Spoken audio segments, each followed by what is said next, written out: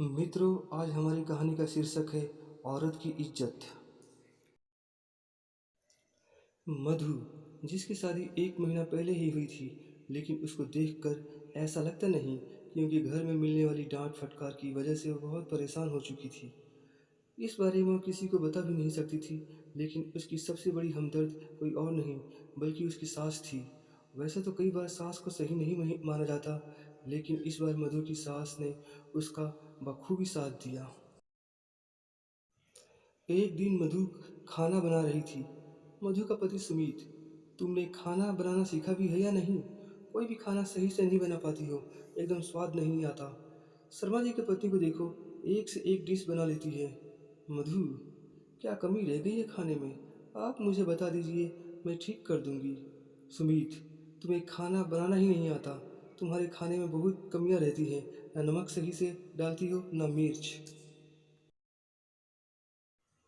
ऐसा बोलकर सुमित खाना छोड़कर खड़ा हो जाता है और अपने कमरे में चला जाता है। दूर से ही मधु की सास यह सब देख रही थी और मन ही मन उन्हें पश्चाताप हो रहा था कि काक आखिर उन्होंने अपने बेटे को औरत की इज्जत करना क्यों नहीं सिखाया। लगभग एक हफ्ते के बाद रात को सुमित और उसके पापा बैठकर ड्रिंक करते हैं, जिसे देखकर माँ कहती है, आप लोग क्या कर रहे हैं? पहले की बात और थी, लेकिन अब तो घर में बहू है, यह करके घर की शांति भंग ना करें। सुमित के पापा, तुम्हें कौन सा घर संभालना आता है कि तुम चली घर की जिम्मेदारी उठाने? चुपचाप यहाँ से चली जाओ। यह बातें सुमित की माँ को अच्छी नहीं लगती, क्योंकि अब घर में बहू के आने से माहौल सही रहना जरूरी है। कई बार ऐसा होता था कि ड्रिंक करने के बाद सुमित और उसके पिताजी को होश ही नहीं रहता और दोनों अस्त व्यस्त पड़े रहते हैं। दूसरे कमरे से ही छिप कर मधु यह सब देख रही थी और अब वह समझ चुकी थी कि इस घर में औरतों की कोई इज्जत नहीं है। एक दिन जब मधु के पति और ससुर अपने अपने काम की वजह से घर से निकले हुए थे, उस समय धीरे से मधु सास के पास बैठकर बोलती है, आज के समय में औरतों को भी इज्जत मिलनी चाहिए जो मर्दों को मिलती है, लेकिन कभी कभी ऐसा हो नहीं पाता। सास, तुम कहना क्या चाहती हो बहू? मैं कुछ समझी नहीं। मधु, देखिए मम्मी जी, मैंने भी देखा है कि पापा जी का व्यवहार आपके प्रति बिल्कुल अच्छा नहीं है और वही सुमित का व्यवहार भी मेरे प्रति सही नहीं है। इसलिए मैंने आपसे ये बात कही है, क्योंकि मुझे ऐसा लगता है कि इस घर में औरतों की कोई इज्जत नहीं है। दोनों बातें कर रही होती है कि उसी समय सुमित और उनके पिताजी घर में बड़ा सा सोफा लेकर आते हैं, जिसे देखकर सास कहती है, अरे आप यह क्या लेकर आ गए? हमारे घर में तो पहले से ही सोफ़ा रखा हुआ है और एक नया सोफ़ा लेकर आए हैं, वो भी इतना बड़ा। सुमित के पिताजी, तुमसे किसी ने पूछा है क्या? इसके बाद सुमित और पिताजी दोनों मिलकर सोफ़े को हॉल में सेट करने लगते हैं, जिसे देखकर मधु सास से कहती है, देखा मम्मी जी, मैं यही तो कह रही थी, हम चाहे उनके लिए कुछ भी कर ले, लेकिन कभी भी इनके दिल में हमारे लिए इज्जत नहीं हो पाएगी, क्योंकि ये कभी भी हमें खुद के बराबर समझते ही नहीं हैं। मधु की सास अब समझ चुकी थी कि मधु क्या बात करना चाहती है।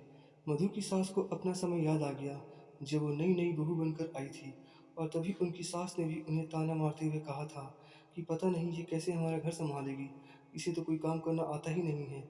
माँ बाप ने इसे ऐसे ही भेज दिया। हालांकि मधु की सास पढ़ी लिखी थी और शादी के पहले वह कहीं टीचिंग करती थी, लेकिन शादी के बाद उनकी नौकरी छुड़वा दी गई और तभी से उन्होंने सोचा था कि जब भी उनके घर में उनकी बहू आएगी तो उसके साथ कभी भी गलत व्यवहार नहीं होने देंगी। मधु भी पढ़ी लिखी है और उसने भी बीएड किया है। अगर वह चाहे तो नौकरी कर सकती है, लेकिन उसको अच्छी तरीके से पता है कि ससुर और सुमित कभी भी मधु को नौकरी करने नहीं देंगे। मधु भी रोज रोज के झगड़ों से तंग आ चुकी थी। वो सुमित के लिए कितना भी अच्छा काम क्यों ना कर ले, कभी भी वो खुश नहीं होता और हमेशा उसकी तुलना अपने दोस्तों की पत्नियों से करता। वो छुप छुप के रोया करती, लेकिन अपनी परेशानी ज़्यादा किसी को नहीं बताती। एक बार उसने सुमित से नौकरी करने की भी बात कही थी, लेकिन उससे तो मना कर दिया गया। तब से मधु भी चुप्पी साध रखी थी। एक दिन मधु की सास, बेटा, तुमने तो बीएड किया है, तो क्या तुम नौकरी करना नहीं चाहती? मधु घबराते हुए, हाँ मम्मी जी, मैंने बीएड इसलिए किया था ताकि मैं नौकरी कर सकूं और अपने परिवार का ख्याल भी रख सकूं। मेरे पापा मम्मी भी यही चाहते थे, लेकिन सुमित को यह अच्छा नहीं लगता। 2 दिन बाद मधु की सास, बेटा, तुम काम छोड़ दो, मैं कर लूँगी। कॉलोनी के बाहर जो स्कूल है ना, तुम वहाँ चली जाओ। वहाँ तुम्हारी नौकरी लग गई है। मैंने वहाँ बात की है, वो मेरी सहेली का ही स्कूल है। मधु, लेकिन मम्मी जी, मैं ऐसे कैसे जा सकती हूँ? सुमित ने तो मुझे साफ साफ कहा है कि मैं नौकरी नहीं कर सकती। तभी उन लोगों की बात सुमित सुन लेता है और चिल्लाते हुए कहता है, क्या बोल रही हो तुम? नौकरी करोगी? मधु, जी मम्मी जी। सुमित, क्या मम्मी जी? बिना मुझसे पूछे तुमने इतना बड़ा फैसला ले लिया, और तुम्हें किस बात की कमी है जो तुम नौकरी करना चाहती हो? उसी वक्त मधु की सास आगे आ जाती है और कहती है, क्या बुराई है अगर मधु नौकरी करे तो? तुम नहीं चाहते, लेकिन मैं चाहती हूँ कि वो जाकर नौकरी करे। कमी सिर्फ पैसे की नहीं होती, मान सम्मान और इज्जत की भी होती है, जो तुम उसे कभी नहीं दे सकते। सुमित के पिताजी, अच्छा, तो तुम ही हो जो उसे हवा दे रही हो। जानती नहीं, यहाँ औरतों का फैसला लेने का कोई अधिकार नहीं है। सास, आज तक जो मेरे साथ हुआ है, मैं अपनी बहू के साथ नहीं होने दूंगी। मैंने अपने सपनों को दरकिनार कर दिया, लेकिन मैं अपनी बहू को कभी ऐसा करने के लिए मजबूर नहीं करूंगी जिसके लिए उसे अपना मन मारना पड़े। मैं देखती हूँ उसे नौकरी करने जाने से कौन रोकता है। और मधु नौकरी करने लगी और उसके अंदर आत्मविश्वास भर गया। धीरे धीरे उसके पास पैसे आने लगे, जिसको वो अपनी सास को देने लगी, क्योंकि आखिरकार सास की वजह से ही वो नौकरी कर सकी। कुछ ही दिनों के बाद सुमित का बिजनेस सही तरीके से नहीं चल रहा था, जिससे वो परेशान रहने लगा, और उसकी परेशानी की वजह से वो ठीक से खाना भी नहीं खाता था। मधु घर पर आकर तरह तरह के पकवान बनाती, लेकिन सुमित का मन नहीं लग रहा था। एक दिन सुमित ने मधु से कहा, मैंने हमेशा तुम्हारा अपमान किया, कभी भी तुम्हारा साथ नहीं दिया, इसलिए आज मेरे साथ ऐसा हो रहा है कि अब मेरा काम ठप पड़ चुका है। समझ में नहीं आता कि कैसे घर संभालूं।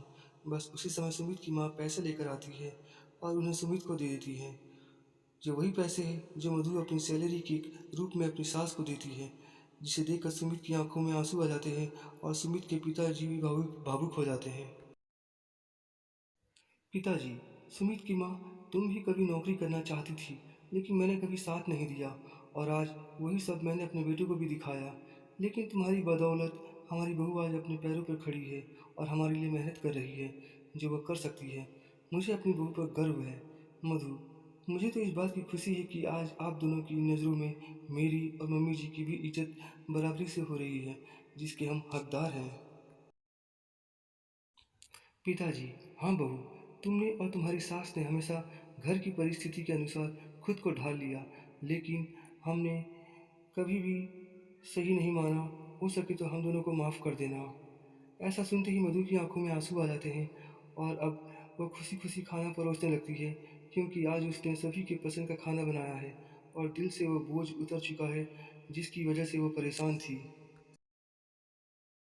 दोस्तों, हमें हमेशा हर इंसान को बराबरी का हक देना चाहिए, फिर चाहे औरत हो या आदमी। जीवन के संघर्ष में कब किसका समय बदल जाए, यह कोई नहीं जानता। ऐसे में बेहतर यही है कि तालमेल बैठाकर कार्य किया जाए और कभी किसी को नीचा ना दिखाया जाए, तो इंसान का सर्वांगीण विकास हो सकता है। मित्रों, हमें इस कहानी से सीख मिलती है कि सभी मानवों को बराबर का हक और सम्मान मिलना चाहिए, फिर चाहे वो आदमी हो या औरत। तो मित्रों, आज हम इस कहानी से विदा लेते हैं और मिलते हैं एक नई कहानी और एक नए जोश के साथ।